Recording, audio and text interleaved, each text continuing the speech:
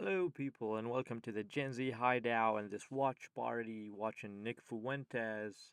If you're a fan of, if you like to see Nick, if you like to sit with other people who are also watching Nick and discuss him and stuff of that sort, you came to the right place. We're going to be reacting to this um, new episode of his that was produced about 9 hours ago. It says AMFES called me out, responding to my enemies, America First, episode 16, 17. All right, so let's get to it, shall we?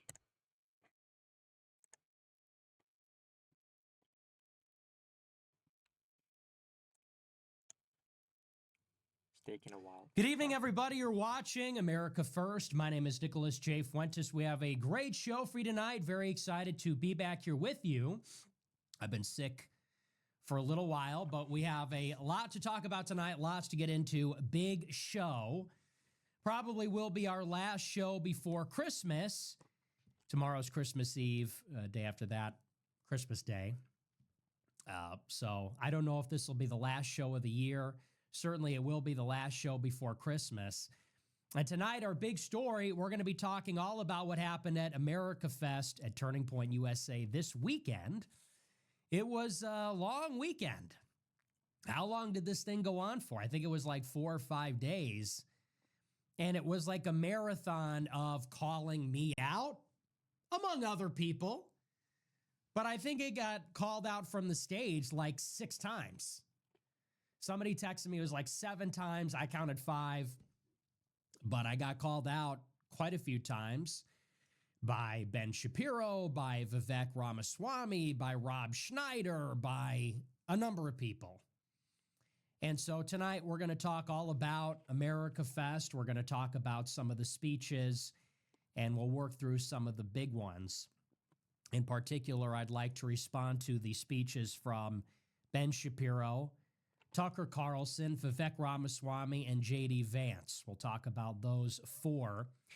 And we'll work through some of the ideas in the speeches because this was probably the biggest conservative convention in a decade, maybe ever. I've been doing this for 10 years, and historically, the biggest convention was CPAC. And CPAC would typically get 15 or 20,000 people, I think. Now they're lucky to get 3,000 people. This America Fest, which took place this weekend, had over 30,000. So I don't know if that's the biggest. Big number. Outside of an RNC or something, but it's certainly one of the biggest of all time.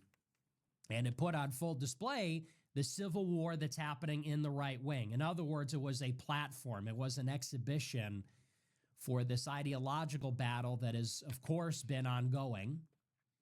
And a lot of people will say this is an ideological battle that started in the past. For the record, I have not been following as much. I mean, I've seen stuff about Candace Owens. I've seen stuff about Erica Kirk somewhat. Just her being grieving with like a bang. It's like rock and roll grieving. But yeah, I've not watched exactly what was going on. I just seen glimpses here and there, just for the record. Few months, they attribute it to Tucker Carlson and Candace Owens, or they attribute it to the war in Gaza or the election of President Trump. I would say, and this is my theory, and I'll discuss this with the various speeches at Turning Point, this is the inevitable resolution of contradictions that have been at the center of the MAGA platform and ideology for 10 years. Ever since Trump came down the escalator and he articulated what we now know to be MAGA, America First, Trumpism, ever since then, there has been a core contradiction between the principles expressed by Donald Trump and the policies that we are getting and how these things are interpreted and applied by the Republican Party, by the 2 different Trump administrations. And those are principally concerning 2 issues. 2 issues which animate this show that I've been talking about for 10 years. As long as Trump has been in office, or since he was in office, I should say the first time, I've been doing the show almost equally as long as Trump has been in politics.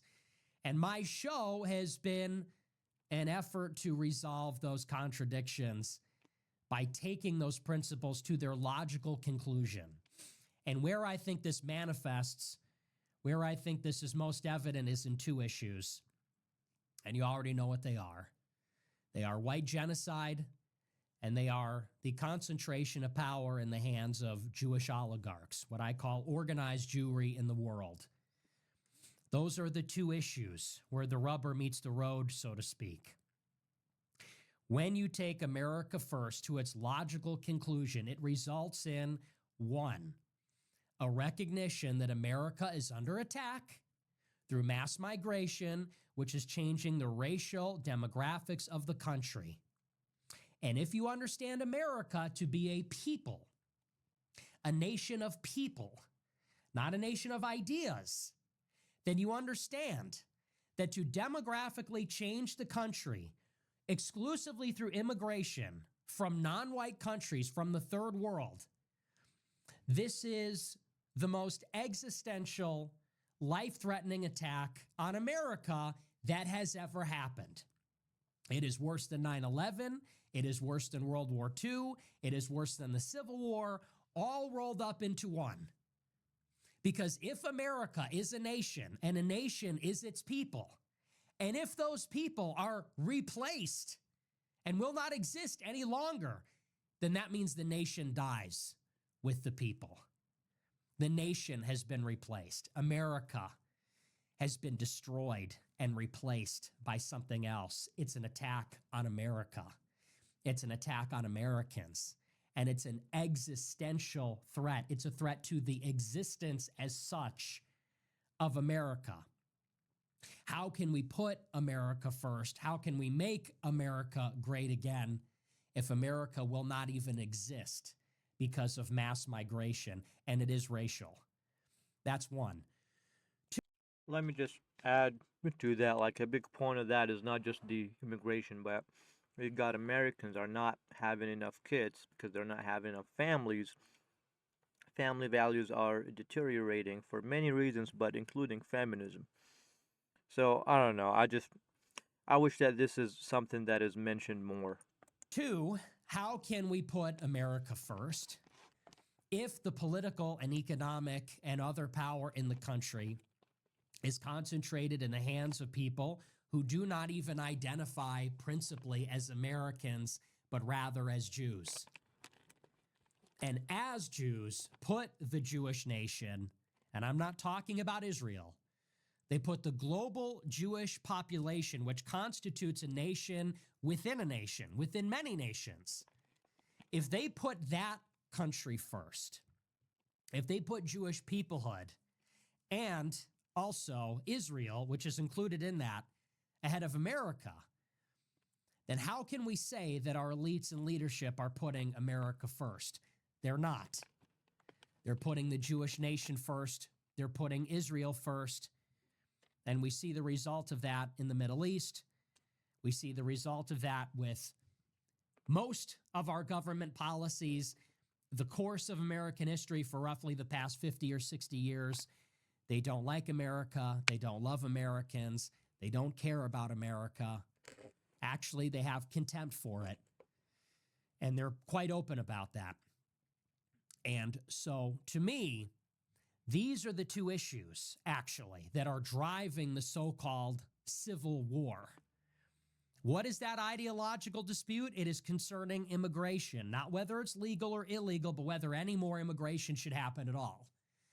And it's concerning what many call the neocons, Israel firsters, Israel lobby, the Zionists. I do agree. There's a little too much immigration going on, but also, there's people who are in America. I feel like we're not having enough stable families. You see, like Gen Z, most Gen Z are not married. A lot of people don't want to get married. The court system is rigged. Um, you know, Specifically as it pertains to the regional conflict in the Middle East. And it's a test. How can we have an America First policy if we're going to fight yet another regime change war on behalf of I this agree on people that that. wields Yeah. far too much power, including and especially in this administration, which is supposed to be about putting America first. Right. It doesn't work. That is what is driving the current dispute. Those are the contradictions, and they've been there from the very beginning. And they actually precede the Trump movement. The Trump movement maybe just activated these issues. So we'll talk about all that. We'll get into some of these speeches. It should be a pretty good show. Before we get into it, I want to remind you to smash the follow button on Rumble, smash the like button, leave a comment. Let me know what you think about the show. Not Remember to doing get none your of that. merch at Fuentes.store. We have brand new Groiper Intelligence Agency shirts. This is brand new. We just got these, I think on Monday Okay, we can skip the of merch last part. week or something. I don't have the house, but every show, because I've been doing them. So check that out. That's America Friday. Yes. The only reason I took a test, people were I was in New York a couple weeks ago, and I got the flu. Okay. And I took a flu test, and the only reason I took a test, people were, of course, calling me gay for taking a flu test, naturally. I posted on Telegram, I said I tested positive for this influenza A. And someone posted it on Twitter, and people said, he took a flu test. When I'm sick, I'm just sick. And it's like, okay. The reason I took a test is I had like a 103-degree fever. I don't remember the last time I was that sick. And I figured if it was like a virus or Here, I just need to fix something really quick. All right, I'm back. whatever, depending on what it is, maybe I need to go to the doctor and get medicine. If it's something else, maybe I need antibiotics. I don't know. Okay, I didn't know what I had. I wanted to know what I had. So I took a COVID flu test, and I have influenza A, and it's bad. It's brutal. I don't know if you've been reading. You don't say. I have influenza A and it's bad. Well, it is bad. All flu is bad. It's by definition. If you have it, you know it's been killing people because it's brutal. So I had a fever, and I was sweating so much. It was It's like like so soaking the bed. He's like so paranoid sometimes, man. But I understand. It's hard to walk a very thin line here. But he sometimes comes across as really paranoid and scared, and And my throat was sore. I had the chills. It was really bad. But I'm on the other side of it now. I've been sick for 6 days, I think. Yeah, I got sick on Wednesday, so it's been 6 days. But I'm finally a little bit better. I'm not 100%. Hopefully I could get through the show without coughing a lot or having any major issues. And I think I'll do another show on Friday, and that'll be my last show of the year. That'll be closing out 2025. I think that's the plan. So I apologize I didn't get to see you guys. No one cares. No one even cared. I was sick. No one even cared. No one even texted me, how are you? I never You knew. know, one person did. You know who texted me, how are you? Sneak up. Chad Champion. Chad. He was looking out for me. Nobody else. I'm in the group chat. I'm literally dying. I'm thinking I'm going to die. I'm in the group chat. I'm so sick. I'm dying. I don't feel so good. And people are just cry reacting. You ever see that? Just cry reacting, crying face emoji, cry react. Not even a message, not a get well soon, not can I get you anything? How are you? Just a cry react. Yeah. Go back and enjoy your Christmas movies, assholes. Go back and enjoy your parties, assholes. So, not that anyone cared, and all my fans, nah, when's the next show? Well, we need a show. We want to watch a show. We want to see what you have to say about Turning Point. Not that anyone cares, but I was literally dying, okay? But it's okay. I'm back. I'm here to do the show. Look at me. I'm here to entertain. I am a jester. I am here to entertain you again. You're welcome. Okay, the show is back. Hope you're happy. No, but I'm having a little fun with it. I don't get enough sympathy. I don't get enough concern. It's fine. But we're going to have a fun show. No, but I'm in a fun mood. We're going to have a good show. I'm just teasing a little bit. I am a little bit here. I'm actually deeply bothered by that, but I'm going to be okay with it. We're going to have a fun show. It is the Christmas season. I'm feeling the Christmas spirit. Feels good. Christmas again. And it's kind of been low key being sick on Christmas because, you know, it would be better if I wasn't on the brink of death, having like delirium, fever dreams. Because it's nice when you just get to like be on the couch, watch Christmas movies, eat whatever you want. You know, there's something kind of fun about that. And now the holiday's coming up in a couple of days. And now people are making a decision to text me during the show. I love that. It's always really cute when people do that. Because not like I don't have my phone right here. No, but I'm in the holiday spirit, obviously. I'm in the mood. It is the season, and we're happy about it. So I hope everybody's having a great Christmas season. I hope you all have a great Christmas Eve, It's been Christmas all right. Day. I hope you enjoy the holiday. Merry Christmas, everybody. A little lonely. Last minute shopping. I might have to do a little last minute shopping tomorrow because I didn't get anything. But I was sick. What could I do? I was sick. Anyway, so enjoy. We're going to get into it. We're going to dive right in. I don't know how long the show is going to be. This could either be like a 90-minute monologue or a 45-minute monologue. I'm not sure. But I'm just going to try to get to everything and do my best to respond to everything that was said this weekend. And so, like I said, our featured and our only story tonight, we're going to talk all about this Turning Point America Fest, which took place over the weekend. And as I said, this is a monumental achievement. I don't really care for Turning Point. They banned me. I'm not allowed to go. Allegedly, they were taking people's hats. At the event, I was told that people were wearing these America First hats and they were not allowed to enter the event wearing the hat. I was called out from the stage. So there's not a lot of love lost there.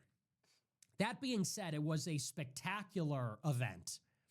Their biggest by far. It was huge. 30,000 people, the biggest and best production. Every major guest was there, excluding the obvious. Tucker, Shapiro, Megyn Kelly. Was Megyn Kelly there? J.D. Vance. Everybody was there. Nicki Minaj to bring the whole thing home. It was truly a monumental achievement. I congratulate the people at Turning Point. Pretty epic event. And I imagine it must have been difficult to do, although they raised a lot of money since Charlie Kirk died. I know that they're still reeling from the loss. Some more than others, clearly. But I know that I'm sure a lot of them took that very hard, but they took it as motivation and they made it happen, and it went off without a hitch. It was safe. It was successful, talked about. Very impressive event. And this is their first major convention, obviously, since Charlie Kirk was assassinated, as well as since other events, the election, seeming decline of Trump, the MAGA Civil War, which is torn right through the center of the GOP, right through the center of the whole conservative movement. And that was on full display at the event. And it started off very early. Of course, you know what I'm talking about. I believe it was one of the first speeches on the first night. Ben Shapiro got on the stage and tore everybody a new asshole. That was his move. Ben Shapiro gets on the stage and he calls out everybody. Tucker Carlson, Candace Owens, Daryl Cooper, Steve Bannon, Andrew Tate, Alex Jones, Megyn Kelly, me. He calls out everybody. And admittedly, it's a bold move. And it's a bold decision for a couple of reasons. First of all, Ben Shapiro was not even on the roster when Charlie Kirk died. When America Fest announced their lineup in August, Tucker Carlson was on the list. Steve Bannon was on the list. Ben Shapiro was not. Ben Shapiro was added later. Now, I'm not privy to the decisions that are happening inside Turning Point. So I don't know when that decision was made or why. It could be completely normal. But he was added later. It is also true that Charlie Kirk and Ben Shapiro were not the biggest fan of each other. They knew each other for a long time, but they were very different people. It's also true, obviously, that Turning Point is a venue, especially after Charlie Kirk was assassinated, that is supposed to be for free and open discussion. Charlie Kirk's life mission was to build a big tent around the conservative movement that would have a lot of different types of people inside of it with different viewpoints, debating them out, and having the freedom and the opportunity to do so. That did exclude me and other people, but ostensibly that was the goal. So Ben Shapiro effectively goes to an event where he wasn't even originally invited. He wasn't even supposed to be there. He calls out a lot of people who were invited, who were supposed to be there, who Charlie Kirk actually liked. And he used the stage and the opportunity to disavow them and demand that they be deplatformed and canceled. So it's a very interesting move that he makes. And this is the story from the New York Times. I agree, and I would further add, like, I don't know if I was Ben Shapiro, I don't understand how does that make sense. If I was Ben Shapiro, why do I think it's a good idea to do that right now? I mean, he's already in the dumps, so I don't know. It's just been weird these days, and he's losing a lot of support. I would say he should be trialed for treason. but that's just me. It gets into some of what he said specifically.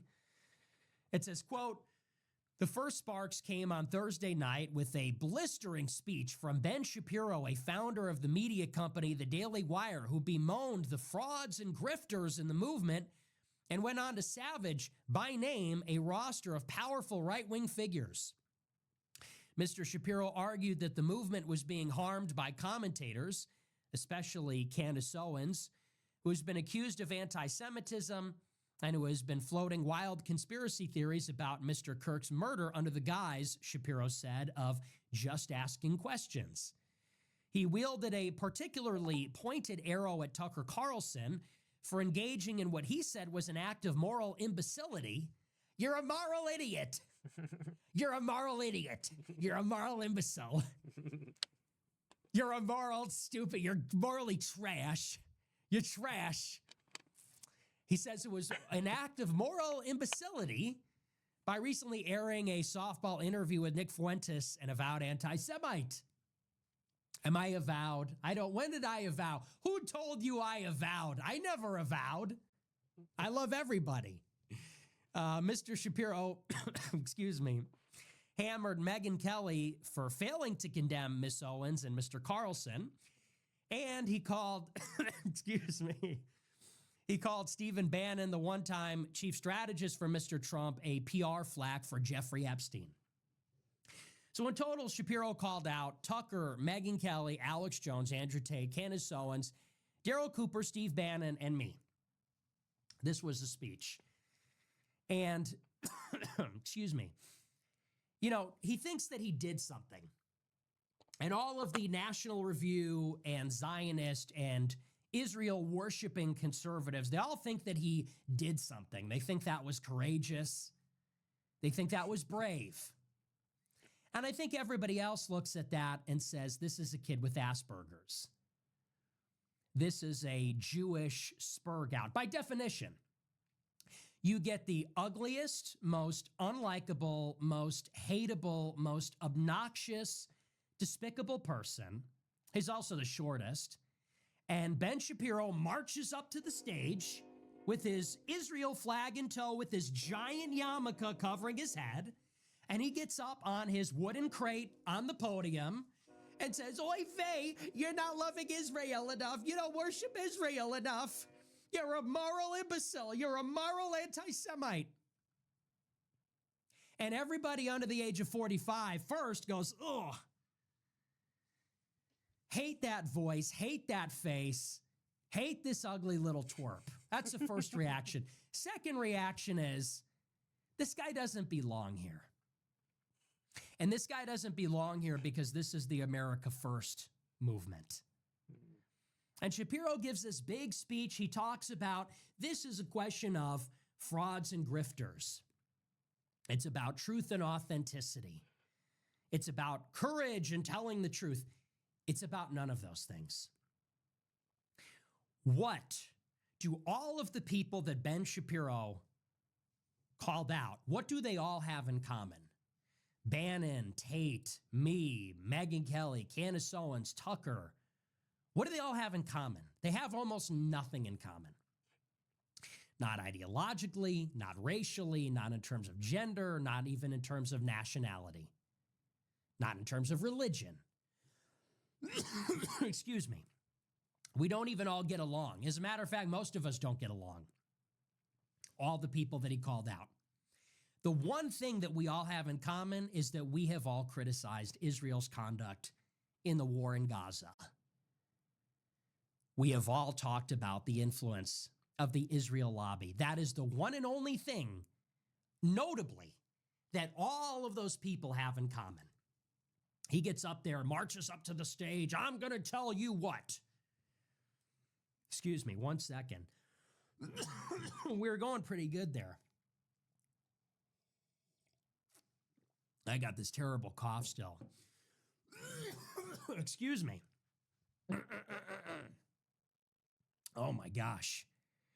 I think they poisoned me in New York.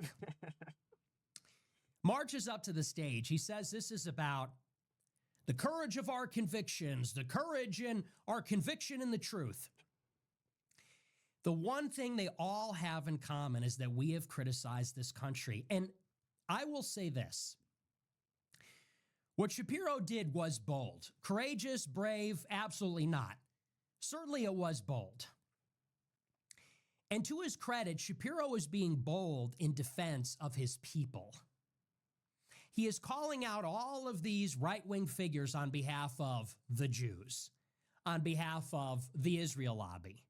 And he's doing it in a deceitful way. He's doing it in a tricky way. But that's what he's doing. And he's boldly naming the names. He's boldly stepping up to an audience which is not going to receive it probably very well. And he's sticking up for his people. And in that sense, we have to understand what Ben Shapiro is, which is that he is a partisan for another tribe. He's not a partisan for the Americans. He doesn't care about America. He's not religious zealot for Christ. He doesn't believe in Christ. It's just weird that nobody has seen this until now. I seen it since I first seen the guy. It was too obvious, you know. You see like a bunch of episodes of the Daily Wire. He's criticizing everything except for, you know, the country where he has a second citizenship. It's very clear that, you know, that he's he is pro-slave in America. That's to put it even lightly. Hates Christ.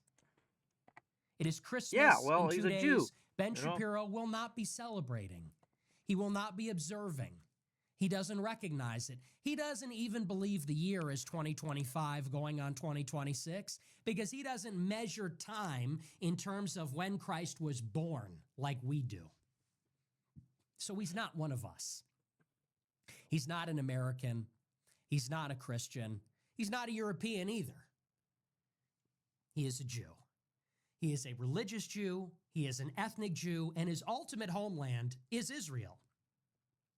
That's how his religion sees it. That is how his nation and tribe see it. That is how he personally sees it. That is why he created a media company, Daily Wire, that is never critical of Israel. They're supportive of Israel, endlessly supportive of Israel, promoting Israel, never critical. This is his personal, professional, political mission. It is to advance the cause of another tribe, another nation, another people, another religion inside of our country, inside of our civilization, among our people. That's his role. That's his job. Now, there's been a lot of talk about anti-Semitism and hating people for who they are and so on. I don't hate him. I don't hate him for this.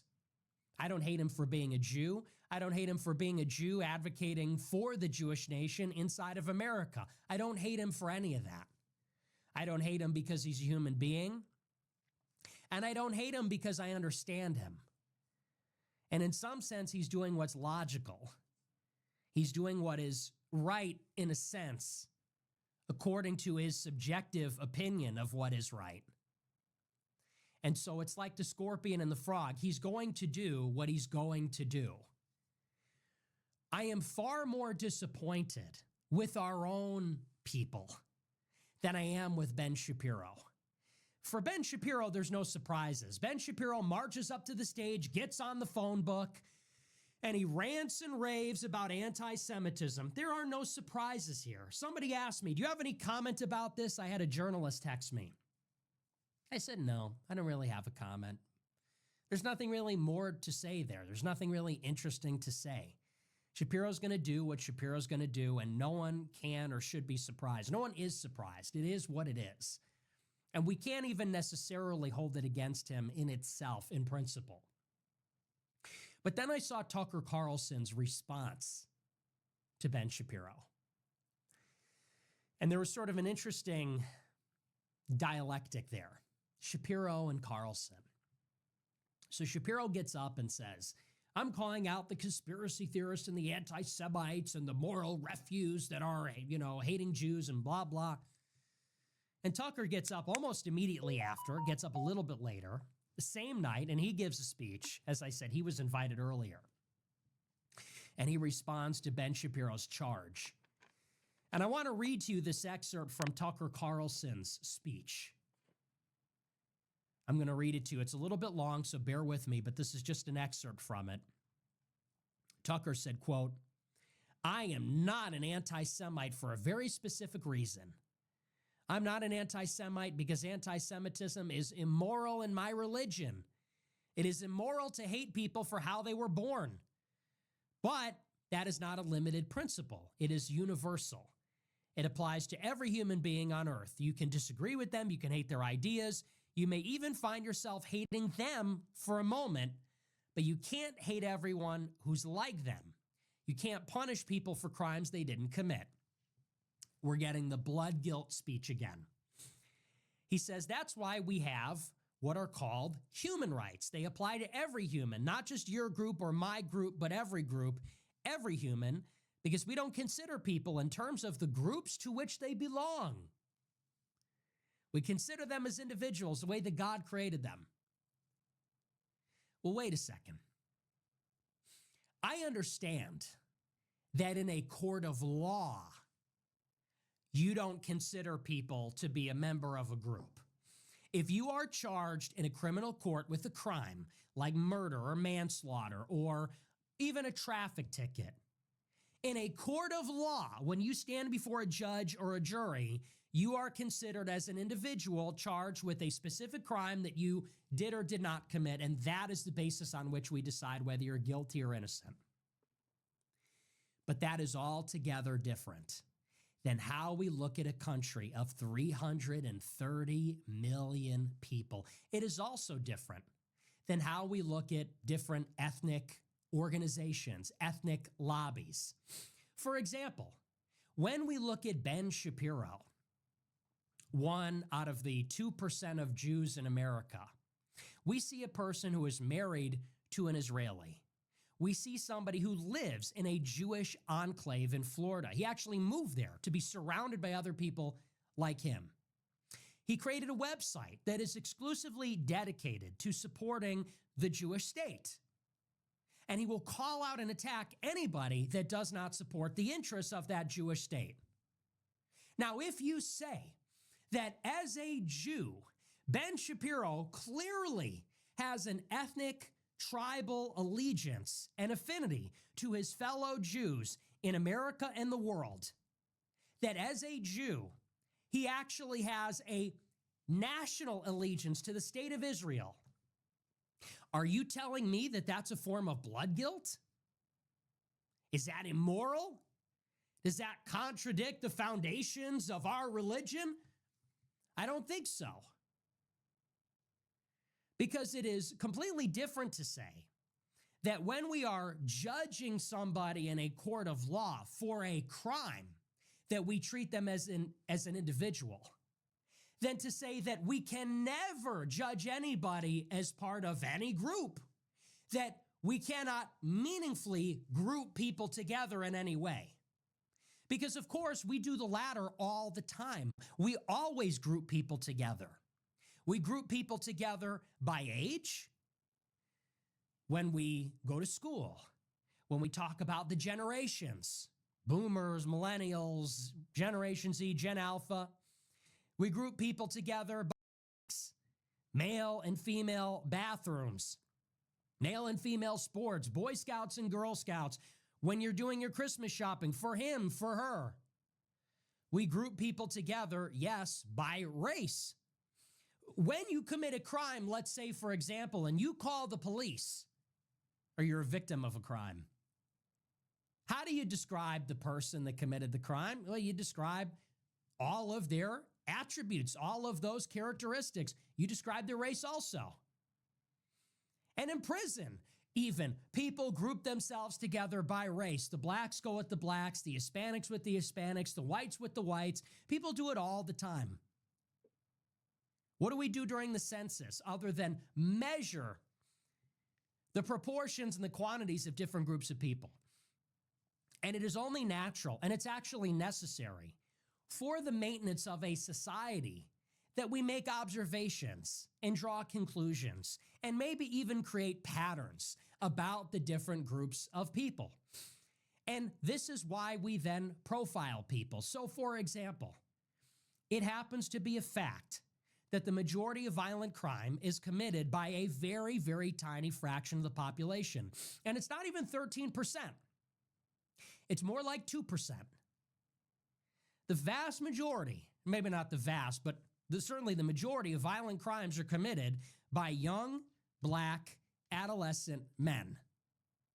Men of a particular age cohort, men of a particular race, and concentrated in a number of cities. That is who is committing the crimes. If you are in Chicago and it is late at night and you encounter a 19-year-old black man dressed a certain way, what conclusions might you draw about that person? What information might that give you? What connotations do you have based on that? And how might that help you live your life? Similarly, it is so with the Jews. If there are Jewish people in media, like a Barry Weiss, like a Ben Shapiro, and they are Jewish, and they live in Jewish communities or Jewish cities, and they have a particular affinity for Israel, what can we conclude about this? Something is going on here. Groups are real. Peoples are real. And we may be individuals in a courtroom, but that's maybe the only place where we're ever individuals. And that's because a courtroom is one of the only places that resembles heaven. Because what happens when you die? You face a judgment. You stand before a... Have not thought about it like this, but I've participated in courts here, and it was not as fair as I expected it to be. But it was alright, I guess. It was more fair than an anarchy, but you know, I it wasn't as fair as I thought it would be. A judge, you hear your charges, and then you receive your sentence. And so the only place in the world is an American court. That is the only place where you're considered an individual. And that's the only place where individualism maybe has any meaning, where you will stand alone before an expert, who will hear all the facts before a jury, and you'll receive your consequences. You'll receive your punishment. But outside the courtroom, you are a son or a daughter of a mother and father, and you received their genetics, their behaviors, their looks, their attributes. Maybe you were raised by your parents, and through the transmission of nurturing, you're receiving other things also. You're a sibling, you're a cousin, a grandson, a granddaughter, you're a constituent, a resident of a particular place in a particular time. eating particular food, drinking particular water, breathing air. And yes, those things actually tend to matter also. All right. In a climate, in an environment, speaking a certain language, all of those things imprint upon you. The idea that we cannot draw conclusions based on those things, the idea that as a society, we cannot make decisions about peoples and their values, their customs, I'm their tired behaviors, at this point. Can I which skip are this? all documented, which are all observed, and there's nothing immoral about that. It's a little bit of a Trojan horse. Racism. It is precisely as bad as anti-Semitism, but it is engaged in a systematic effort to hurt white men because they are white men. That is racism. It is precisely as bad as a Trojan horse to get us to reject identity politics. And that's exactly where the speech goes. It goes on. This is just one segment. He says, we're only individuals. Okay. He says, so anti-Semitism is not just naughty, it's immoral. Oh, good. Thank you for telling me. And it is precisely as immoral as hating any other group. That includes other groups in the United States that are hated and have been under attack for decades, including, white men who did nothing to become white men. They were born that way. Just because you have a beef with a white man, let's say Donald Trump, doesn't mean you get to punish all the rest of the white men in the country. And yet our leaders have for more than 10 years engaged in a systematic effort to hurt white men because they are white men. That is racism. It is precisely as bad as anti-Semitism, but it is far more widespread and so far has been much more damaging. My point is this. If you said nothing about that, or if you are encouraged, or if you encouraged it by cheering on BLM, which was an anti-white hate group, then you have no moral standing to lecture me about bias. I guess I would say to the many organizations now trying to lecture the rest of us about hate, it is enough to simply point out the irony. Come to our side, which is the side of humanity, and oppose all hate against all people. Say out loud, hate against whites is every bit as bad as hate against Jews. Either it's a universal principle or it's not a principle at all, just a preference. If it's not universal, it isn't a principle, it's identity politics. And we've had enough of that. That is the one thing that will destroy this country. Identity politics are the one thing that will destroy the country. Now, let's contrast the two speeches. Ben Shapiro gets on the stage and says, everyone who is an enemy of Israel is a moral imbecile and refuse and trash, and they should be called out and canceled and deplatformed and destroyed, and no one should listen to them. They're a waste of everyone's time. Shapiro said that as a Jew on behalf of Jews in defense of Israel. Tucker Carlson was one of the people called out. He gets up on the stage and for 20 minutes gives a speech about how anti-Semitism is evil. Anti-Semitism is bad. I'm not an anti-Semite. And here's why I'm not an anti-Semite. I'm not just saying that. It's not because I have donors. It's because it's evil. And it's evil because of my religion. And it's just as bad as hating anyone else. And it's so bad. He has a point. Tucker gives a 20-minute speech talking about how anti-Semitism, which is a made-up word, it's not a real thing, gives a 20-minute speech defending himself from the accusation, claiming he's not an anti-Semite, and going further, and here's why I'm not an anti-Semite, here's why it's so evil. And then, little twist, pleading with Jewish groups like the ADL, pleading with them, saying, if the shoe were on the other foot, that's always white man's move. The double standard, the ADL says anti-Semitism is bad. Well, what about when white people are being treated badly? Well, what about us? You're the real haters. Is that the playbook we're running? DR3, Democrats are the real racists, Jews are the real racists now? They call us anti-Semites and I'm not, and that's so evil, but you're the real anti-white people. He actually invites the ADL to our side. He says, will you call out anti-whiteism where we don't hate anybody? Really? Let me tell you something about the ADL. The ADL is a hate organization. They do hate us. It is a Jewish group. The Anti-Defamation League was founded by the B'nai B'rith Society 100 years ago. Direct connections to Israel. B'nai B'rith and the ADL at this point. They both have direct connections to Israel. ADL was created explicitly to defend Jews and ultimately later then to defend Israel. And it was groups like ADL and the American Jewish Committee and American Jewish Congress which defended civil rights law. They took Christianity out of the schools. They took Christianity out of the government buildings. They forced racial integration. They fought for the Hart-Celler Act against national origins quotas in immigration law so that people could come from all over the world to the United States because it's fair. And then the ADL twisted the knife. It's just funny that he talks about that, but again, his last name is Fuentes. He is Mexican. He looks like, beside having like a white skin and stuff, his features do look Mexican to me, at least.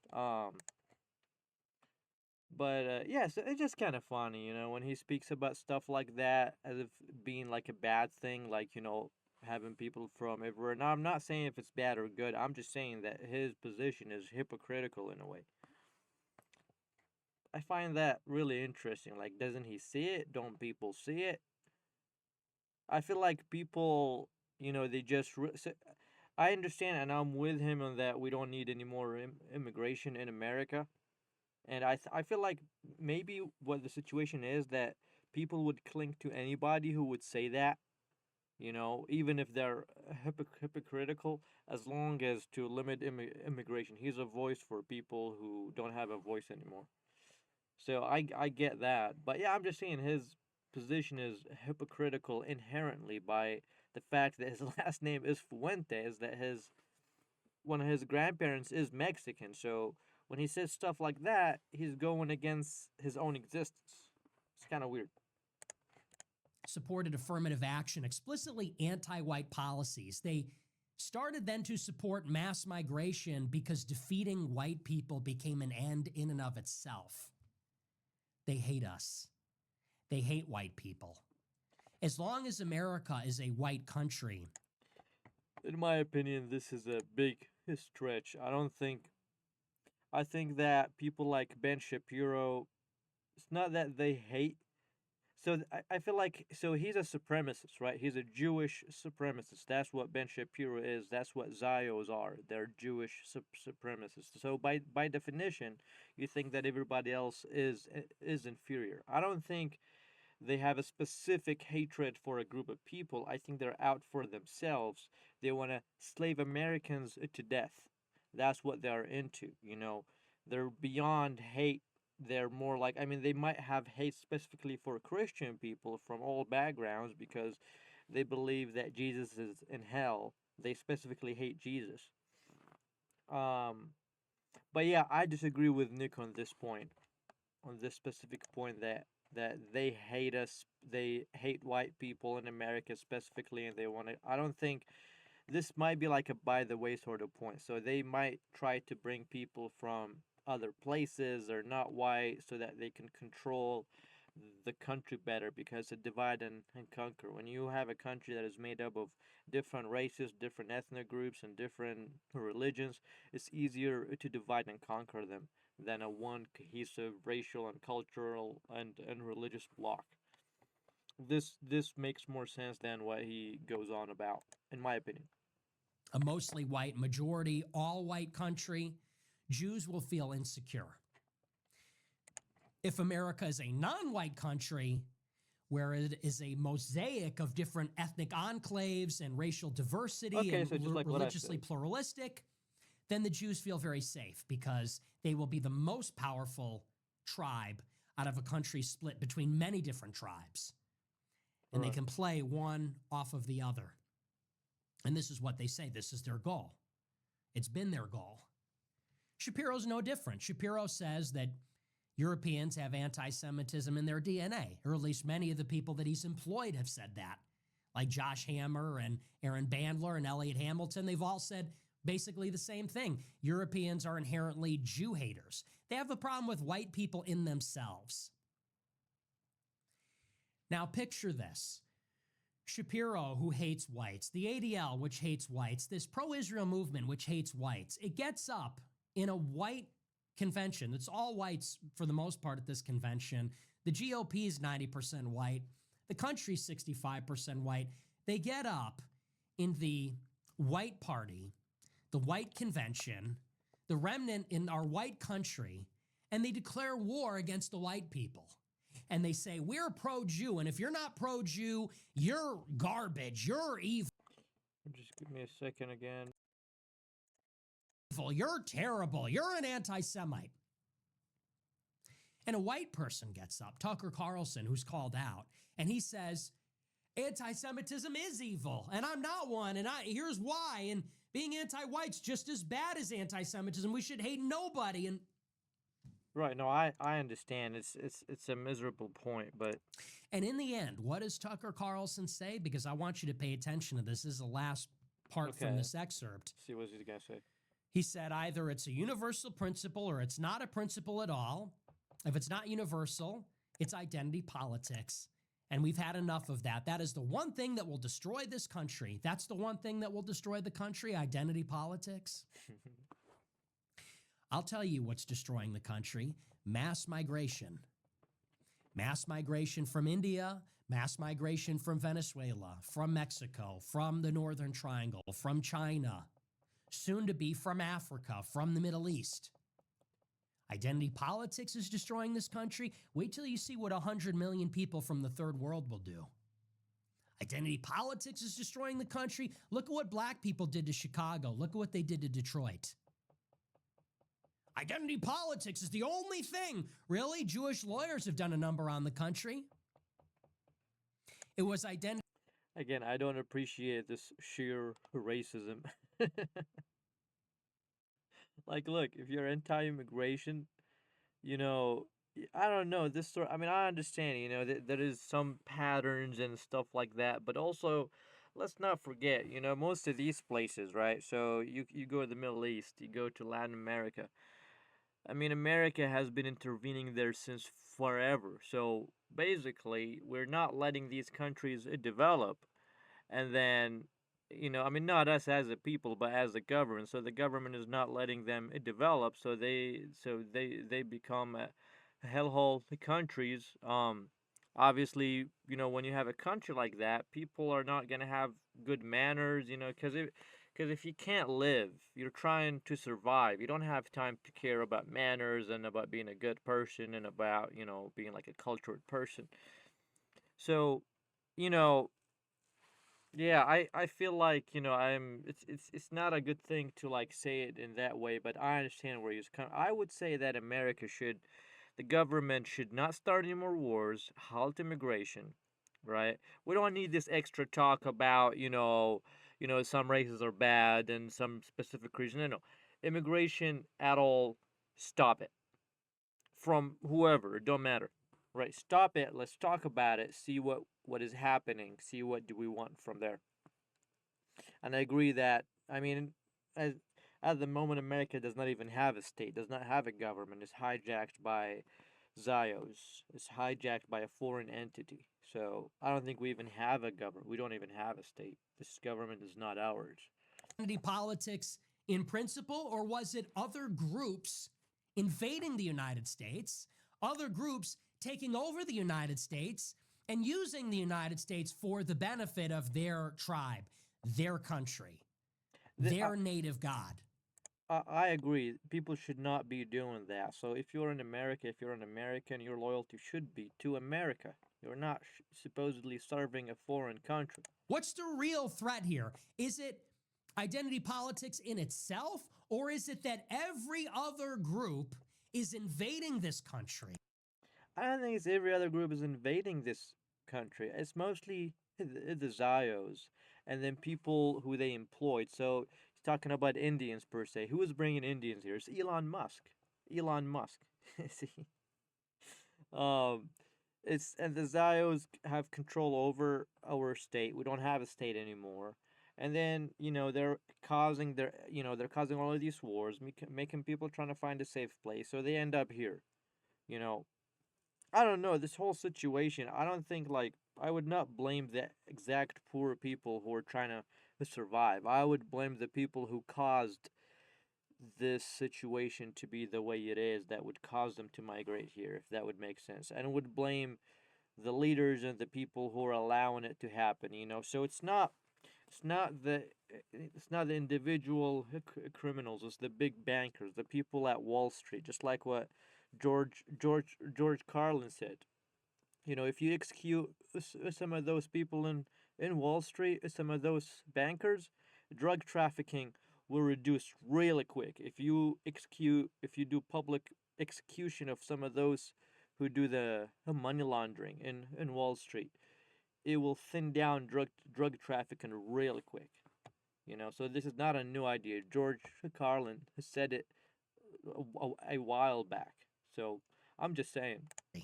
And they don't even call it identity politics. They just call it taking what they feel they are entitled to, taking their own side, doing what is best for them.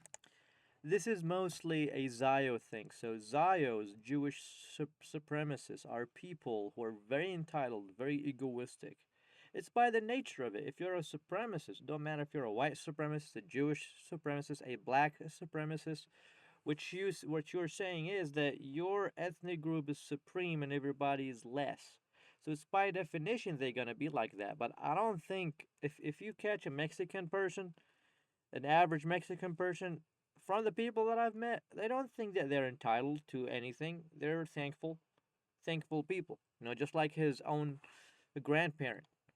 So yeah, this kind of like everybody, this kind of generalization, I do not agree with. Again, I find I don't know if he really believes in that, or he's just exaggerating or being bombastic. I think he's being bombastic or inflammatory on purpose, And it is. and it is. It is best for Indians to colonize the United States and to bring their fellow caste members here. It Well, yeah. is in the best interest of Africans to come here and bring Islam and bring from Africa. Please for that. Okay. It is in the best interest of black people to militate for reparations and to stop police from arresting their people because they can't stop committing crimes.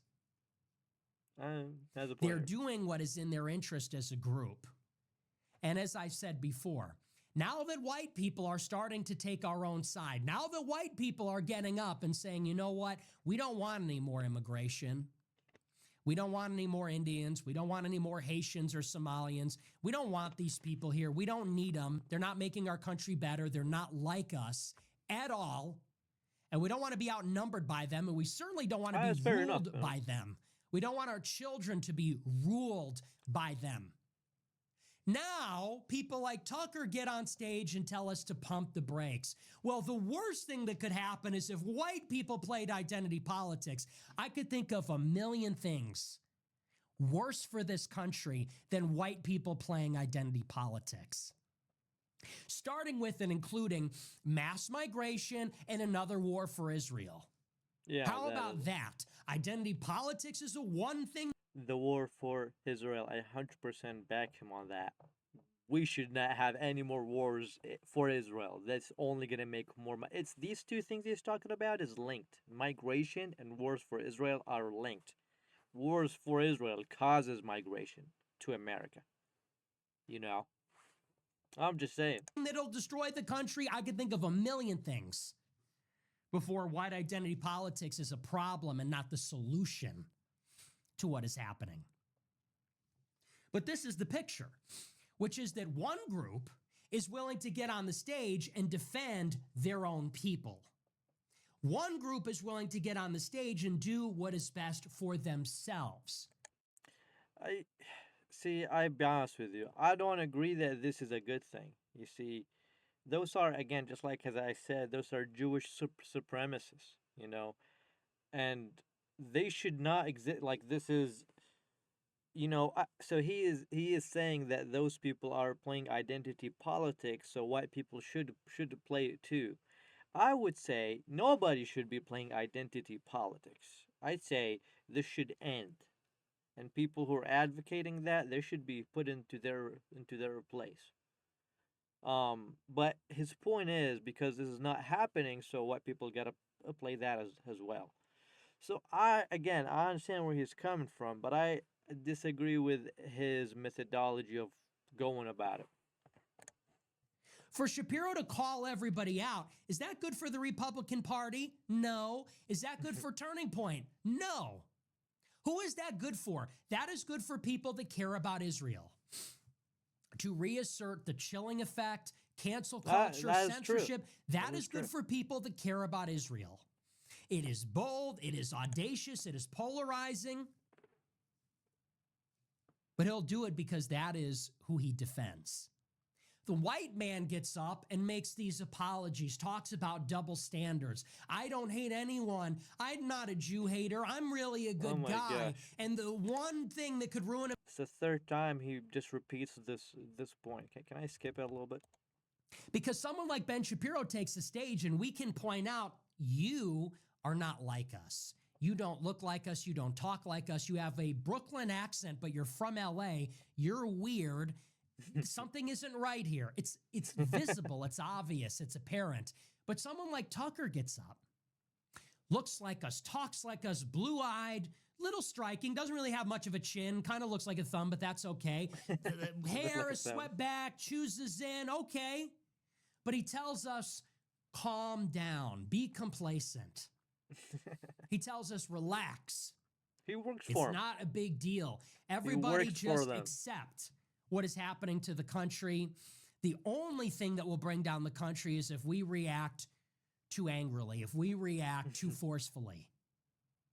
It's a tale of two speeches there. So Tucker gives this speech about ideological liberalism. Well, we're all just individuals. There are no groups. There are no peoples. There's no blood guild. We don't hate anyone.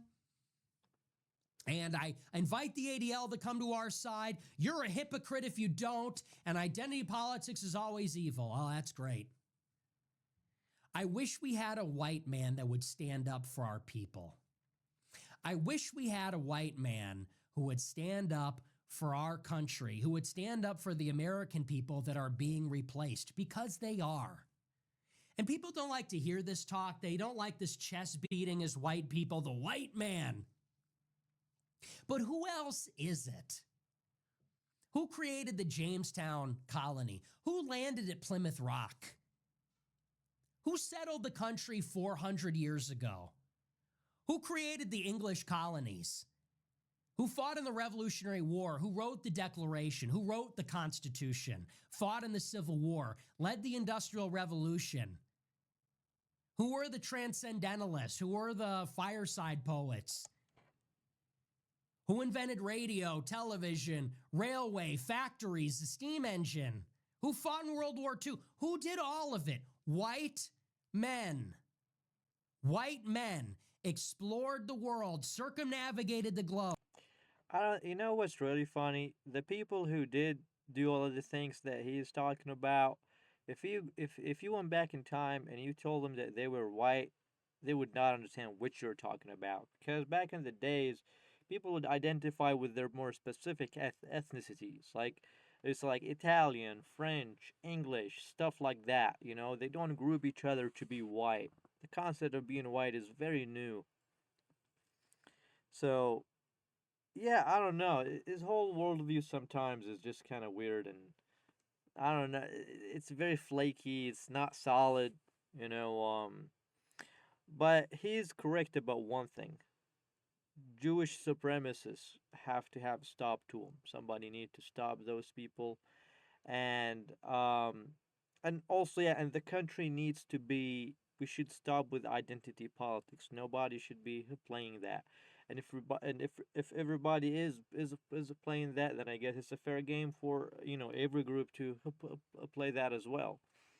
But what I disagree with is, like, violence and revoking, like, so when it becomes so racial, so like I think what people are really afraid of is that if it comes to a point where it becomes sort of like you're denaturalizing people based on their ethnicity or stuff like that. If you're saying we don't need more immigration, everybody will stand behind you. If you're saying no to Israel, everybody is going to stand behind you. This is why he got popular in the first place. This is why that we supported him.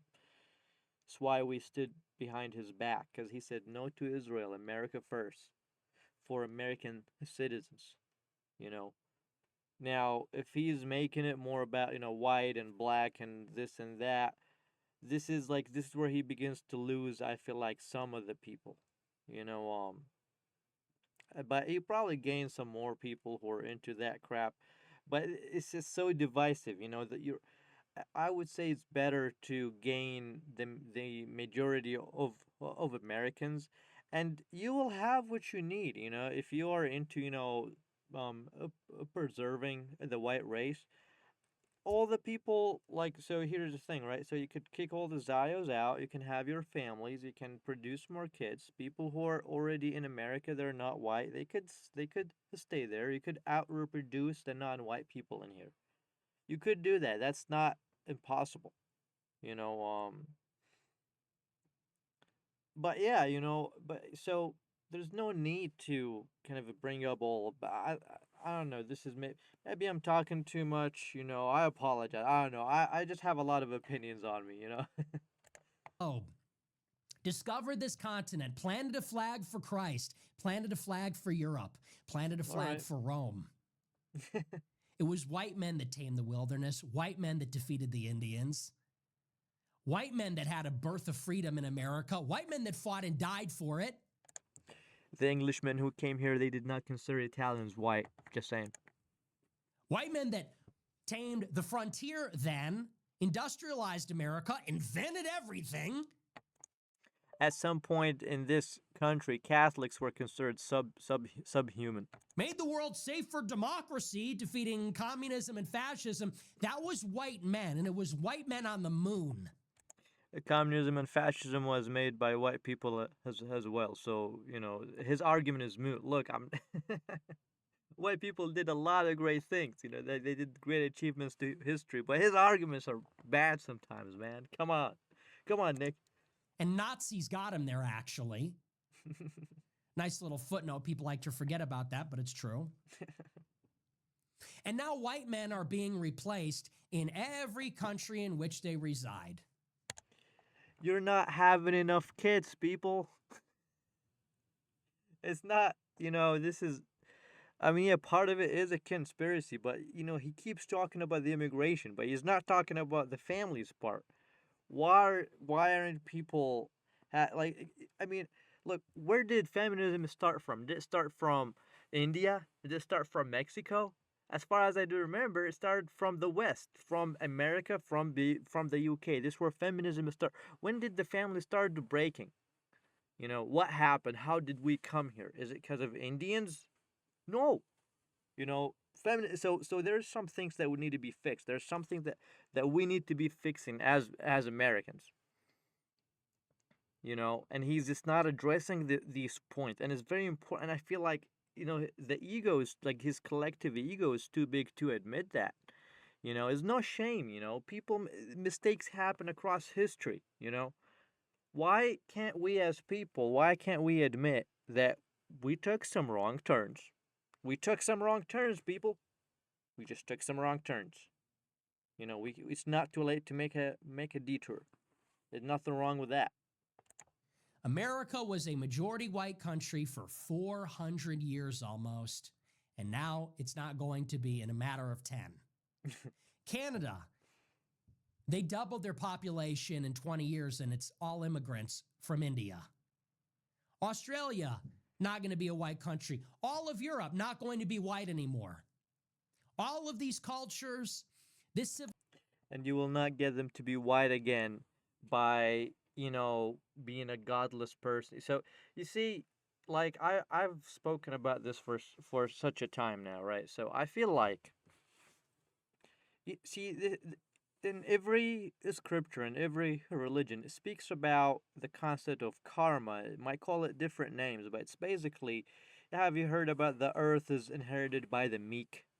You know what I'm saying? So if you have been running a nation, if you have been running an empire, pillaging and forcing people and dunking on everybody else, then the ultimate justice is that you will fall down, you know? So it's not a coincidence. It's not a coincidence that America is having it bad now. It's just karma, So what he's doing here is he's digging his grave even further. He's digging our grave even further. I don't want to be in a dying nation, you know.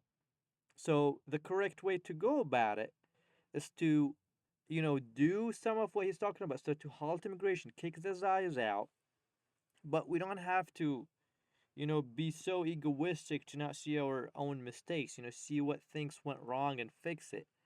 Because if we don't do that, and if we keep going egoistically, just going on the same path, then it's gonna be like it's gonna get better a little bit before it gets way worse. It's always gonna be like that. You see, you have to leave ego aside. You have to think in a more rational way. You have to put into perspective a human soul, human life. That's not to say to not protect your own. I'm not saying that you should not. No, I'm saying we should protect our own as people, as Americans, you know. But we should not get caught into this ego, and that's the only way that we can save the nation. Because if you go all the other way, like in the back in old days, then you're gonna end up here again, but even worse next time. Civilization, all that history, it's all going away. And the people that have the most to lose seem to be doing the least to stop this from happening. Where is the white man that will stand up for any of our glorious past? Where is the white man that will actually stand up? See, this is what I'm talking about. Talking about the glorious past. America had a glorious past. That is true. But not all of it. You see, the war in Iraq, million Iraqis dead, innocent people dead. This is not glorious. The Holocaust that is happening in Gaza right now, this is not glorious. Being subverted by the supremacists, by the Zios. It's not glorious. All the wars in Afghanistan and all of these failed wars that took a lot of money and achieved nothing. This is not glorious. Slavery is not glorious. So there's a lot of parts that are not glorious. So I'm not saying America sucks. I'm saying America is great and we can make it great again. But if you're acting like that, you're not gonna make it great again.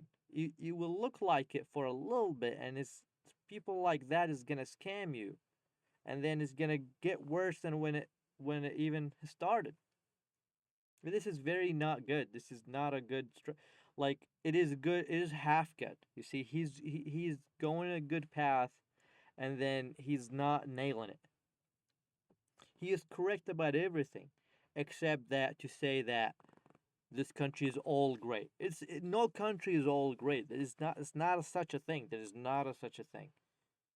No such a thing as a country being all great. Yes, it is great overall. On average, it is great. We're proud of it. We should be proud of it. And all of what he's talking about, all the achievements, the what the white man did here, it's all, you know. But yeah, but to have this much of a big ego that you're not seeing your own mistakes is just, it's gonna lead us to disaster. I'm not saying this to hurt Americans. I'm saying this to save Americans that I am one of. Up and fight for it. Name the names, call out the people, fight back on our behalf, like Yeah, Shapiro I does for agree. the Jews. The Jews I agree. It's just that we should we should fight back as people against identity politics, not fight off as as an ethnic group against other ethnic groups. This is gonna it's not this is not gonna be going somewhere good, because this is just it's a lot of fighting. You're gonna pitch ethnic groups against each other, and it's no good, you know. And it leads to more resentment. You see, if you forced all the other ethnic groups by force to take a position, guess what's gonna happen 50, 100 years from now? There's a resentment that is gonna build up and is gonna come back at you, just like what he said. You know, you get a reaction, and opposite reaction is gonna be swinging back, swinging back right at you. So I don't know. I just wish that we can be more wise than this. I agree with the overall message. Just his methodology is incorrect. Jews talk about their history of getting their asses kicked by the Babylonians, getting enslaved by the Egyptians, getting their asses kicked here and there, getting expelled here and there, coin clipping and being kicked out over there. They talk about it, they defend it, they fight their enemies, and they're not even strong. Like they're weak. They're weak people, constitutionally weak. Europeans, and I'm talking about not even like me, like the Teutons, the Teutonic Knights, the German. These are strong people. All right. The Aryans, you know, the Nordic people, the Vikings. They were strong thanks to God. You see, if you're a believer in God, Nick, if you believe in Jesus as Lord and Savior, you would know it's not due to the race. It's due, you see, God's grace is what gives people the strength. You know, those people are strong, but they have been complemented by the Lord. The Angles, people like George Washington, these are heroic, huge warriors. I agree. Where are they? Why won't they stick up for us and fight for our countries? Why won't they fight for our heritage? Because you left the Lord. That's why. Because you're right now talking here about racial ethnicities and who said, but you're forgetting, the Lord. You're in Christmas Eve right now. When was the last time you mentioned Jesus and a story about Jesus? I don't remember you mentioning any stories about Jesus, about you know what would Jesus do in such a situation? Not to say to give the other cheek. I'm pretty sure there's a lot of examples where you're supposed to defend yourself. You're not supposed to um join evil. You're supposed to not just say yes to evil. Shapiro can do it. What is it, beneath us? Shapiro will get up and puff his chest out. Nah, nah, nah, you're moral refuse. He'll name the names, talk shit. Tucker gets up like it's beneath us and says, well, I'm not going to defend. I won't defend our people. I won't defend our country. I don't know what to say, but I mean Ben Shapiro sucks. What's his name? Tucker Carlson also sucks. Both of them suck. Somebody should be like, Ben Shapiro is a traitor. Somebody should be like, this guy need to be tried for treason. That's what should be happening. Why not? Why won't anyone fight for us? Why won't anyone fight for any of this? It's because nobody is sticking up for him. You see all the people who are working in the military, working in the police. They like their salaries, right? That they would prefer to keep getting their salaries than to support their country and their nation and their and to liberate their state. He says, well, it'd be this big mistake to play identity politics and He's actually so unironically Tucker is correct about that. It's just that his way of executing things and wording it and his methodology is probably not very good, but fundamentally he is right, because if you go down that rabbit hole, you're gonna be a bunch of warring nations. Because, you know, you see there's millions upon millions of Mexicans and black people in the US. If you really want to go fight with them toe to toe, blood for blood, you know, you might succeed in I don't know how many years, but it's gonna take so many years. It's gonna have a tremendous bad result on America, that we are not gonna be a superpower anymore. We're gonna be occupied by China. We just don't have the enough capital to afford this sort of thing. And if you can't achieve it in 50 or 100 years, the resentment is going to be so big that's going to bite you in the back in 100 years from now. It's going to be another, like this, like what happened, but even worse. Defend ourselves as white people. Really? He says that's the only thing that will destroy America. I feel like that's the only thing that will. Yeah, Tucker's wrong about that. This is not the only thing that's going to destroy America. The only the Zios, the Jewish supremacists, are also destroying America. Save America, actually. That's not save it. Oh my gosh. The guy is officially like is mentally backward. Nick Fuentes, man, I like him a lot, but sometimes he just has a brain fart. Look at his face. He looks like, looks funny. That might be the only thing literally that will save America. Where do you see America going in 50 years? In 50 years, this country's going to be minority white by far. And what the hell is even that then? It's going to be what? 30% Indian, 30% Mexican. Why do you think this happened? Well, yes, it is because of the migration and all that, but how did we get here? How did all of these people have so much resentment? It's because of some American actions in the past, partially at least. So you want to continue this cycle? You don't want to continue this cycle. Okay, how can you go about it? You defend what you can defend, and then you regroup. That's what you do. You regroup.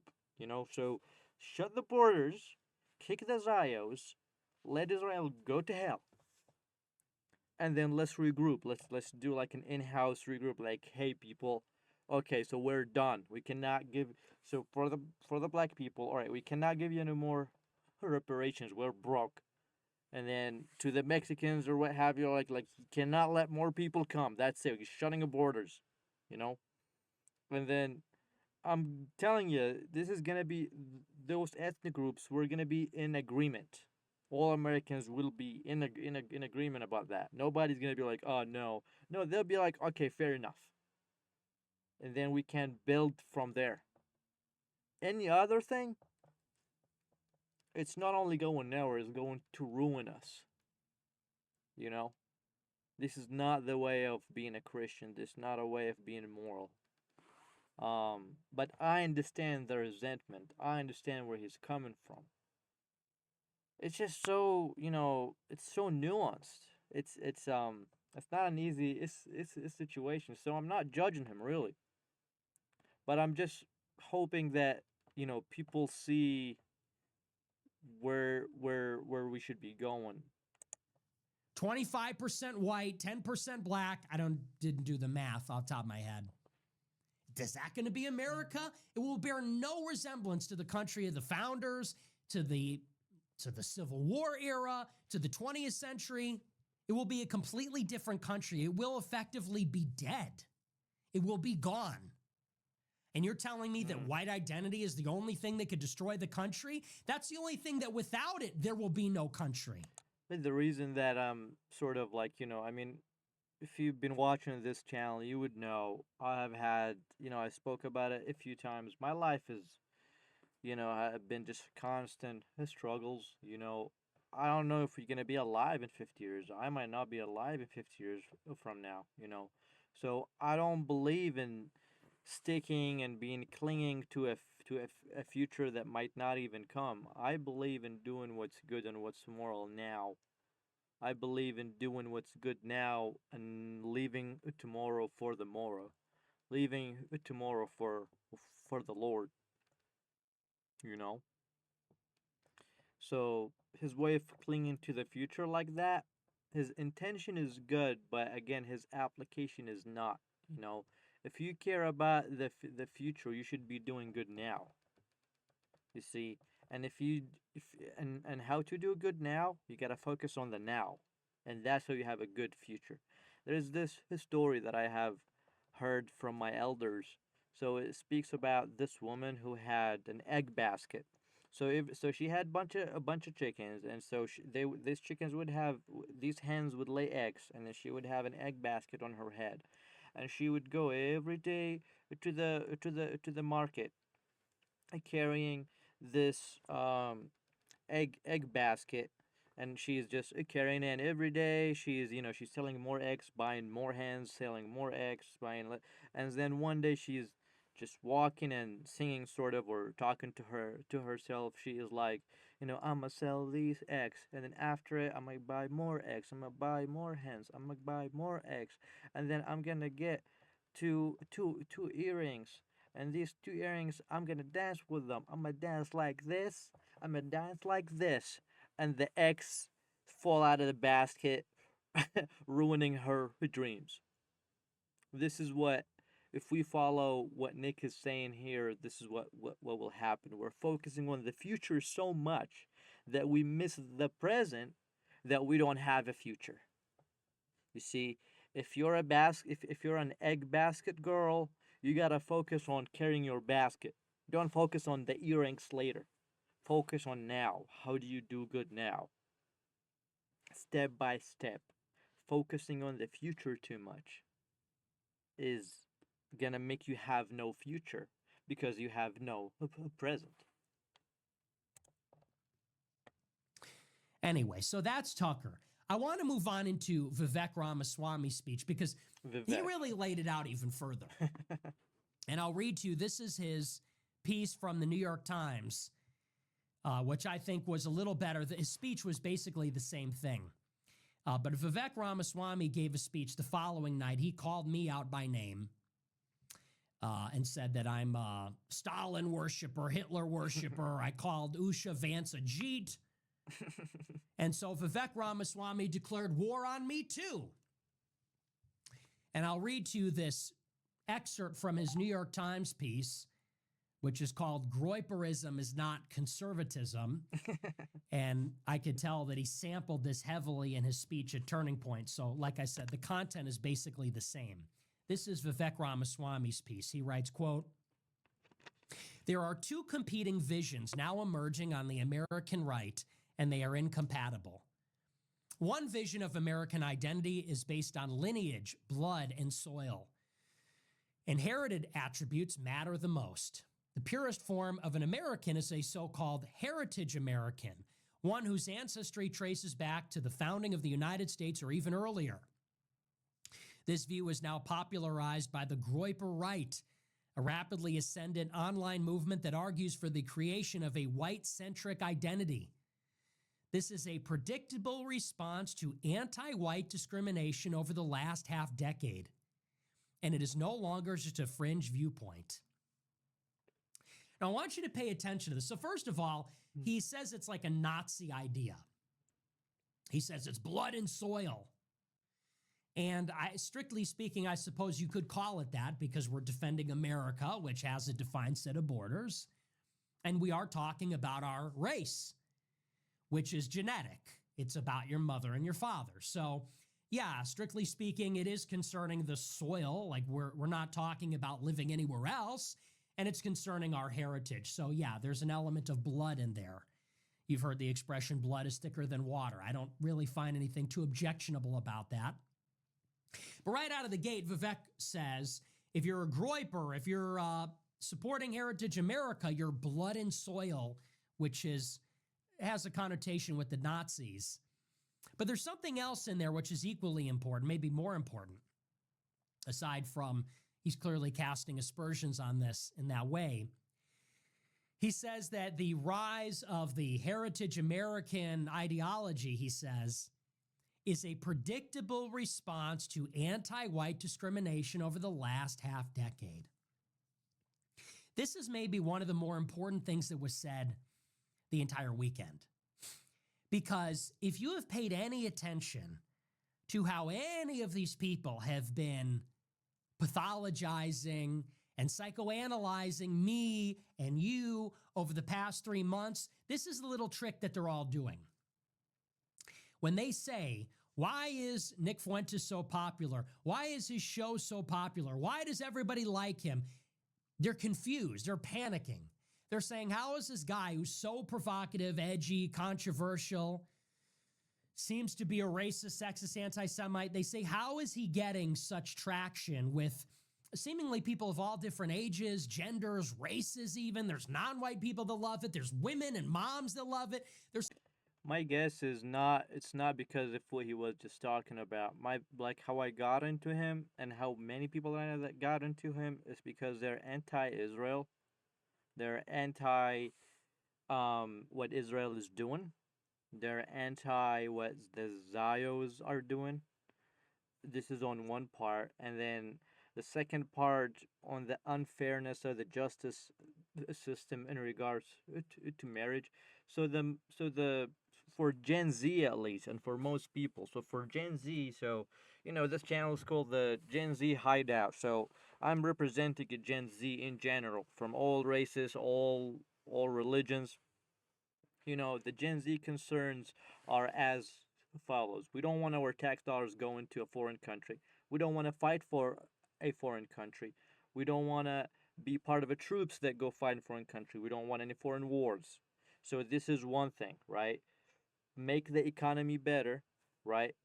Make it easier for men to get married, as in make the court fairer. We don't want no fault divorce. What is even that? You can just be divorced for no fault, for nothing, and then half of your crap gets taken away. It's not fair, you know.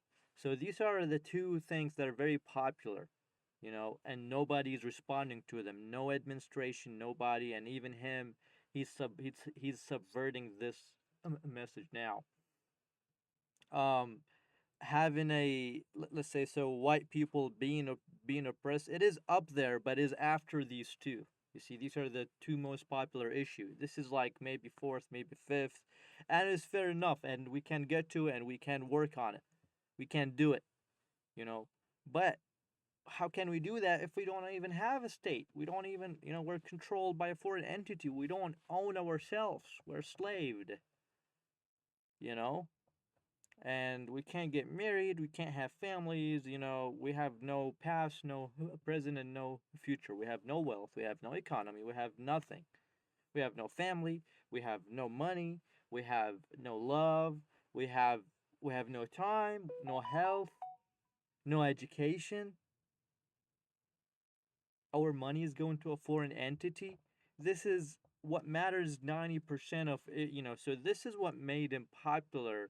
That's my guess, my educated guess. I mean, I could be wrong, but this is what I seen around me. This is what I seen him rise. This is what I was paying attention to him in the beginning. So yeah. saying why, how.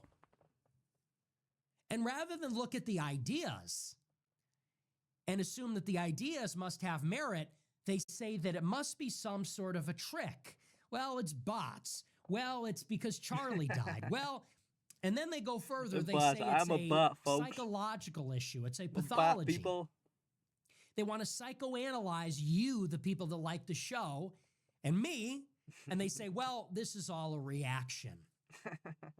Why are people watching this content? It must be because they're bitter and angry. Why are they bitter and angry? It's because the left was anti white. Now, let me posit something. Maybe, just maybe, white people don't want to become a minority in their own country, and that's a reasonable thing to want. It is reasonable. It is reasonable. Just a suggestion, just a theory. Maybe, just maybe, you don't need to be bitter. You don't need to be hateful. You don't need to be even cynical. You don't need to be a overzealous young person. You don't need to be a retrograde old person. You don't even need to be white.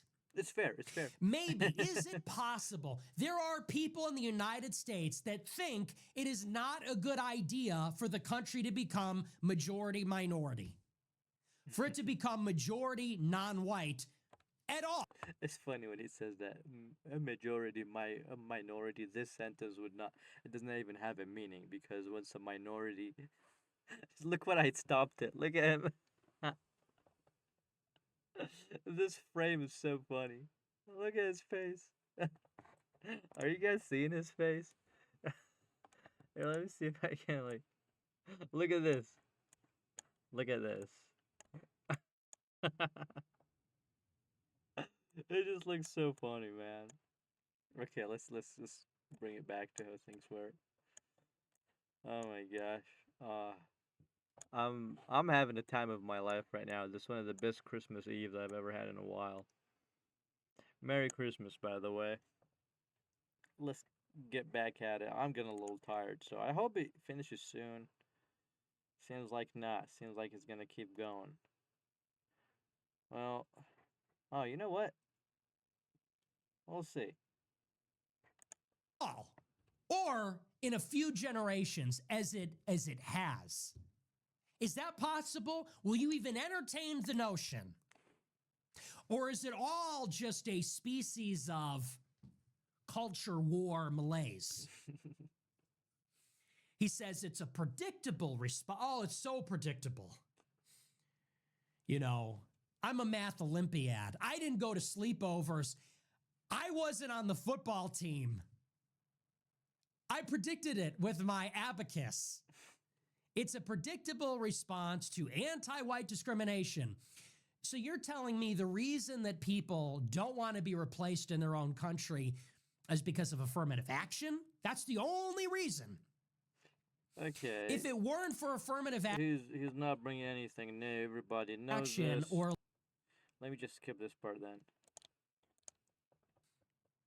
so imagine in 50 years it's December 25th and there are no Christmas trees. And it isn't Christmas in Dallas anymore or Frisco in Texas because it's all Indians. There is no Christmas in Minneapolis This this is year sad. because it's This all is sad. Somalians. There is no Christmas in Seattle anymore because it's all Asians. And nobody's watching Christmas movies, and nobody's going to visit a nativity scene, and nobody's eating a turkey or a ham or singing Christmas carols, and there are no Christmas lights or ornaments. Is that America? Nobody's even speaking English. People are watching the fucking soccer match on a TV in a bar in some hovel, eating rice with their hands, speaking Hindi to each other. Is that America? Eating rice with their hands. That look like any America you've ever heard of, you've ever been to? That's not America to me. It doesn't resemble America at all. I know America when I see it. That ain't it. He says, as Ronald Reagan quipped, you can go to live in France, but you can't become a Frenchman. Anyone from any corner of the world can come to live in the United States and become an American. No matter your ancestry, if you wait your turn and obtain citizenship, you are every bit as American as a Mayflower descendant. As long as you subscribe to the creed of the American founding and the culture that was born of it. He says young people are a leading indicator of where political winds are blowing. And the generational nature of the problem is remarkable. Many voters under 30 believe they will never be able to afford a home.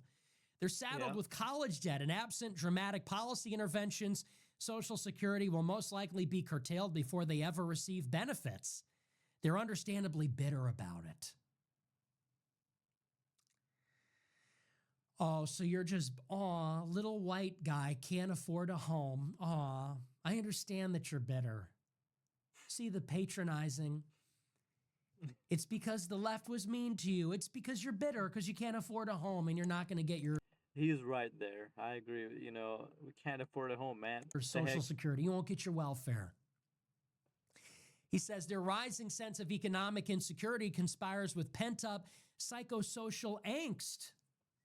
Depression and anxiety are more prevalent among members of Gen Z than in prior American generations. In the absence of a shared national identity, they're turning to tribalism and victimhood instead. Groyperism on the right, Zoran Mamdani-infused socialism on the left. He says, if, like Mr. Fuentes, you believe that Hitler was really cool, or if you publicly call Usha Vance a Jeet, then you have no place in the conservative movement, period. That doesn't mean censorship. It means moral clarity instead of indulgence. On policy debates, the Overton window should remain broad. It should be acceptable on the right to criticize aid to Israel or immigrant visas. But it is unacceptable to spew poison towards Jews, Indians, or any other ethnic group. Well, you know what, Vivek? Vivek Ramaswamy and Ben Shapiro, I think it's time for both of you to go home. This is my home, okay? I was born here. My parents were born here. My grandparents were born here. My grandparents fought in World War II. I am a Catholic. I was baptized. I was confirmed. I observe Christmas and Easter. I speak English, not as a second language, as a first language. I played baseball. I eat hot dogs. This is my country.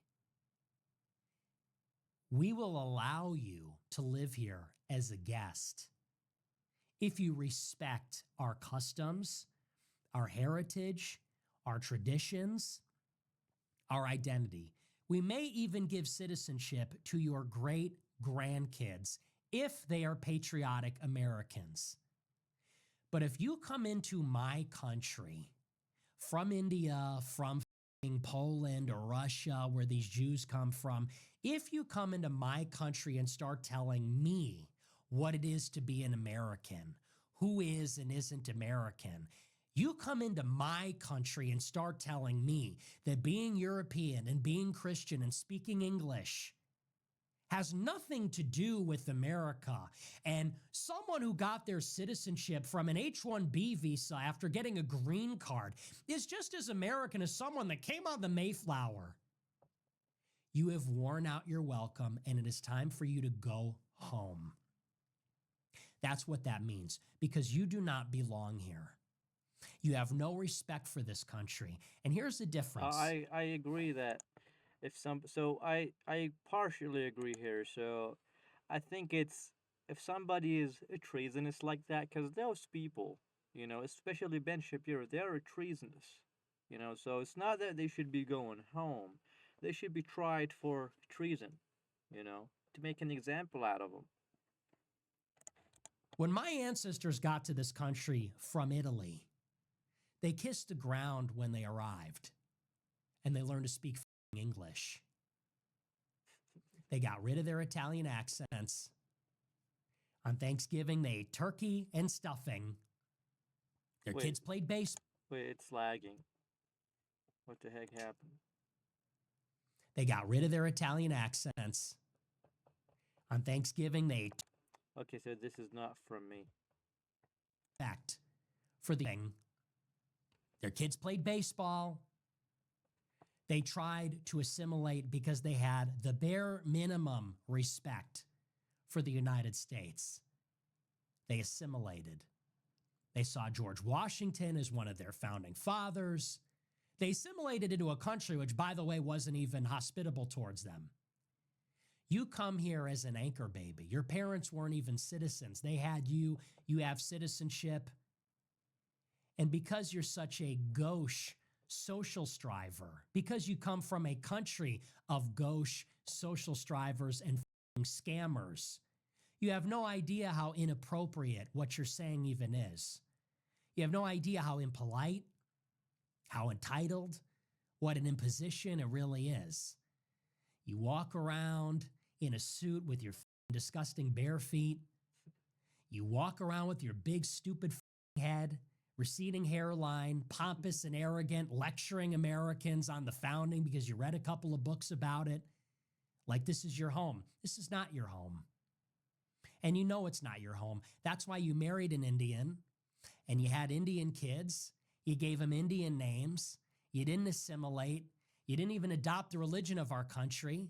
And you go around telling us that we don't even have to speak English to be American. You. You should go back to India, where there's a lot more people like you. There's 1.5 billion Indians in India. It's 2 billions now. And you don't have to worry about being called a Jeet there, because there's 1.5 billion Jeets in India, and they won't call you one over there. Go live there if it makes you feel uncomfortable. If you want to live here, give an ounce and a shred of respect to the people that built this country. We're not asking any. It's lagging really bad, and it's not on my term. It's the video itself. Anymore. We're telling you. And if you think now that you're going to become the governor of Ohio telling white people that you're as American as them, You got your anchor baby birthright citizenship from your H-1B parents. You think you're going to go around Ohio telling people that have been there since the Civil War or since the Revolutionary War, you're as American as them, you're now going to be their governor? You got another thing coming, pal. Not on my watch. You're calling me out? Groyperism isn't conservatism? You're right. It's Americanism. Groyperism is Americanism. I am an American. You say that we have no place in the... I love that word. I think I've heard it at some point in the past. Maybe I read it in a book or something. But Americanism, I've heard that term before. I like it. Conservative movement. I say you and your family has no place in the governor's mansion in Ohio. You want to call me out? You think we have no place? I say we'll see you in Ohio. I'll see you in 2026, and I hope I see every other American. Because you know what? I don't care who wins this election. It's a small price to pay. People say, well, who else are we going to vote for? Are we going to vote for the Democrat? I don't care who gets elected. If it's a Democrat, if it's another Republican, it is a small sacrifice. It's a small price to pay to send a message, which is that the Republican Party cannot continue to cut off our heads. Funny thing, I'm from Ohio. I'm not voting for any of these. They're pieces of crap. Politicians, pieces of crap. They don't represent the people. And shit down our throats with this. 90% of the voters for the GOP are white. Did you know that? 90% of the voters that cast a vote for Trump in 2016 were white people. And all the Republican Party can do, really, since New Year's Eve last year, whether it's Sriram Krishnam or David Sachs or Elon Musk or Vivek Ramaswamy, is to remind those white people that they're not entitled to their own country, that their own country isn't their birthright, that their own country isn't theirs to give to their children. And they're doing it with Jews and Indians like this. Jews and Indians who are going to browbeat and lecture us about anti-Semitism and anti-Indian slurs. No one's going to call us Jeets and no one's going to call us Jews. We're just as American as anybody. This country's for everybody. All right, let me skip this part. Wrong places.